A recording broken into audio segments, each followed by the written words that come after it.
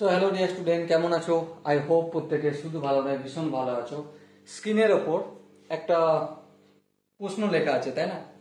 এই প্রশ্নটা আমরা প্রথমে ধ্যান দিয়ে পড়বো, বুঝবো, তারপর অঙ্কটা করার চেষ্টা করব। দেখো, প্রশ্নে লেখা আছে বিক্রয় মূল্যের ওপর 5% লাভ হলে ক্রয় মূল্যের ওপর কত শতাংশ লাভ? দেখো, বিক্রয় মূল্য আমরা জানি না, জানি না। তাহলে বিক্রয় মূল্য, যেটাকে আমরা ইংরেজিতে সেলিং প্রাইস বলি, কি বলি? সেলিং প্রাইস বা বিক্রয় মূল্য। বিক্রয় মূল্যটা আমি ধরে নিচ্ছি এখানে, বিক্রয় মূল্য ধরে নিচ্ছি এক্স টাকা। বলো, কারো কোনো আপত্তি আছে? এটা ধরলাম। তাহলে বিক্রয় মূল্য যদি এক্স টাকা হয়, তাহলে লাভ কত? তো অবভিয়াসলি লাভ বলেই দিয়েছে বিক্রয় মূল্যের ওপর 5% লাভ। তাহলে এক্স এর 5% লাভ। হ্যাঁ ঠিক, এক্স এর 5% মানে কি? 5x আপন 100, এত টাকা। আচ্ছা, 5x আপন 100 মানে এটাকে আমরা x আপন 20 টাকা লিখতে পারি কি লিখতে পারি না? হ্যাঁ ঠিক। আচ্ছা দেখো, বিক্রয় মূল্য x টাকা, লাভ হয়েছে x/20। তাহলে একটা কথা বলো, ক্রয় মূল্য কত? অবশ্যই বলতে পারবো। কিভাবে বলবো? দেখো, লাভ কত হয়েছে? x আপন 20। সেই লাভটা যদি বিক্রয় মূল্য থেকে হটিয়ে দিই, মানে x থেকে যদি আমি এই লাভটা হটিয়ে দিই, তাহলে আমি ক্রয় মূল্য পাবো কি পাবো না? হ্যাঁ পাবো।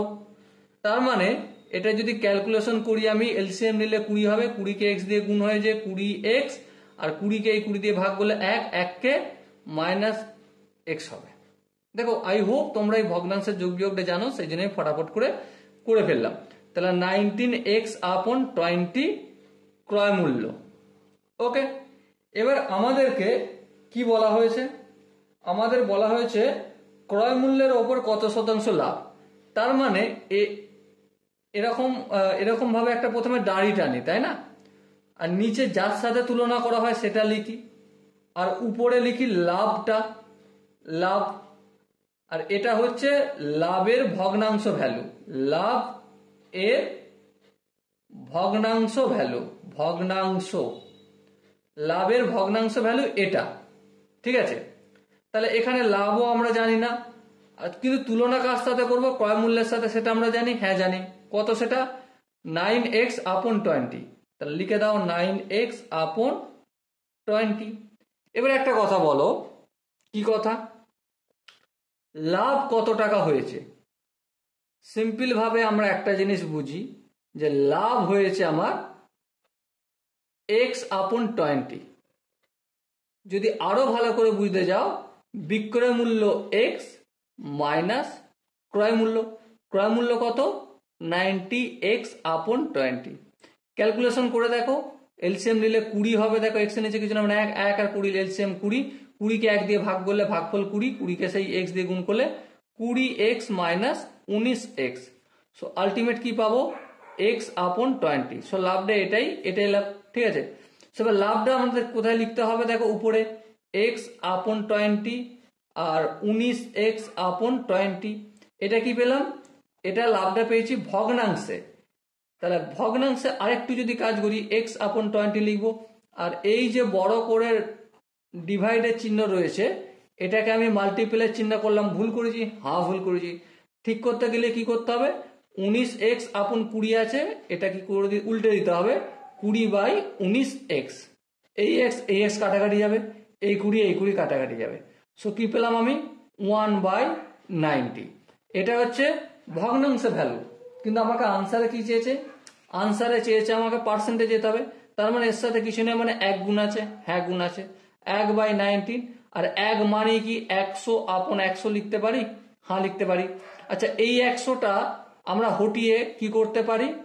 কিছু করব না। দেখো, জাস্ট এই 100টার জায়গায় আমরা পার্সেন্টেজ চিহ্ন দিতে পারি। হ্যাঁ দিতে পারি। কেন দিতে পারি? সাপোজ মনে করো স্কুলে তুমি 46% নাম্বার পেয়েছো। 46% নাম্বার পেয়েছো, এর মানেটাই কি? 46 আপন 100। তাহলে পার্সেন্টেজ চিহ্ন তুলে যদি আমরা 100 আনতে পারি, তাহলে 100টা তুলে এই ডিভাইডেড বাই 100টা তুলে পার্সেন্টেজ চিহ্ন আনতে পারি না? হ্যাঁ পারি। তো সেম এই কাজটা এখানে করেছি। এবার দেখো সিম্পল একটা কাজ করব, 100/19% মানে কি? 100/19% হচ্ছে 5×19 কত হয়? 5×19 95। তাহলে 5×5/19% এটা হবে আনসার। সো এবারে দেখো এখানে যে অপশনগুলো রয়েছে তার মধ্যে কোন অপশনটা ঠিক? অপশন এ আছে 5×4=19%, অপশন বি আছে 6×5=19%, অপশন সি আছে 5×5=19%। ডেফিনেটলি অপশন সি হবে আমাদের সঠিক আনসার। ওকে, আই হোপ প্রত্যেকে এই কোশ্চেনের কনসেপ্টটা বোঝা গেছে। যদি কারো কোনো জায়গায় বুঝতে অসুবিধা হয়, ডাউট থাকে যে দাদা তুমি ফটাফট করে কি করে করে ফেললে, বা এখানে ভগ্নাংশের যোগটাই তুমি ফটাফট করে কি করে ফেললে, ঠিক আছে, তার জন্য কি করতে হবে? কমেন্ট সেকশন রয়েছে, অবশ্যই কি করবে? কমেন্টে জানাবে। আর দেখা হবে নেক্সট ভিডিওতে। ততক্ষণ পর্যন্ত ভালো থেকো, সুস্থ থেকো এবং জয় হিন্দ।